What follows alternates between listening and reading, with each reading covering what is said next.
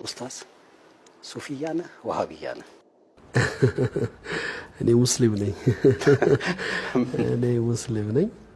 ያው ቁርአን በአስተምሮቱ ላይ አላህ Subhanahu Wa Ta'ala ሙስሊሞች ሁኑ ይላል። ሙስሊም ማለት ለአላህ እስልምና እምነቱ ነው።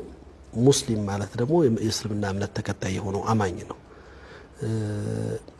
አስተሳሰቦች አሁን ያልካቸው ይሄ ሱፊያ የሚባለው ስሉክ ይሉታል። አካሄድ ሰዎች በህይወት ውስጥ በሚኖሩበት ጊዜ ውስጥ መንፈሳዊ ዓለማቸው ህይወት ውስጥ ከምድራዊ ህይወት የበለጠ መንፈሳዊ ዓለምን በመምረጥ ብዙ ነገሮቻቸውን ለአላህ መስጠት በታዘዘውና መመሪያው በሚፈቅደው መሰረት ሲሆን ወደዛ ያዘነበሉ የመንፈሳዊ ልዕልና ውስጥ የገቡ ሰዎች የተሰውፍ ወይም በአረብኛው ቃል ሱፍ ለባሽ እንደማለት ነው።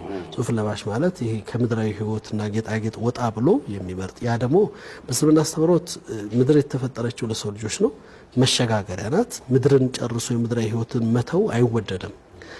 መቀነስ አለማብዛት ሊወደድ የሚችልበት እድል ይኖራል።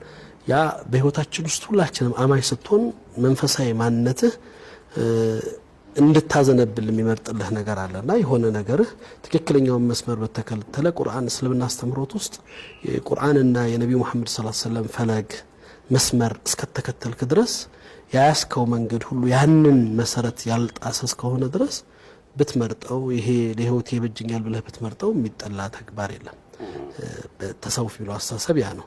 በሌሎች ስያሜ ተሰጥቶት አላግባብ የሆኑ ነገሮች ተደርጎ ከእስልምናው አስተምሮት መመሪያው ከቁርአንና ከነብዩ ሐዲስና መመሪያዎች ካፈነገጠ ግን ስሙን ብትይዘው ማንነቱ አንተን ስለማይወክል እስልምና ውስጥ ያው ከመጠየቅና ወይም ደግሞ ከተጠያቂነት አትድንም ማለት ነው። ወሃቢዝም የሚባለው መሐመድ አብዱል ወሃብ የሚባል አንድ ሳውዲያዊ ስኮላር ነው። 300 ዓመት ምናምን እድሜ ያለ አንድ ስኩል ኦፍ ቶት ይዞ የራሱን መሰረት አይደለም።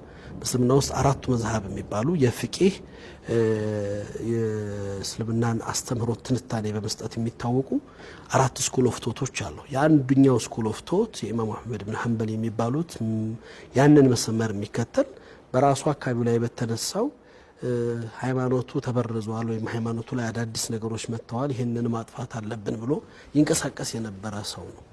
ይሄ በትልቅ ትግል አድርጓል። ከዛ ያለፈ ግን እንደው ዝም ብሎ ለማጠልሸት አላግባብ ስያለም ለመስጠት ካልሆነ በስተቀር እንትን አይደለም። ይሄ የአንድ ቡድን ወይም የህይወት መርህ ብለህ የምትይዘው ነገር አይደለምና ሰው ጋር የሚንጠለጠል እምነት የለም። እንዳልኩ ትልቁ መሰረት እስልምና ሙስሊም መሆን ነው። ከዛ በመቀጠል የአላህን ቁርአን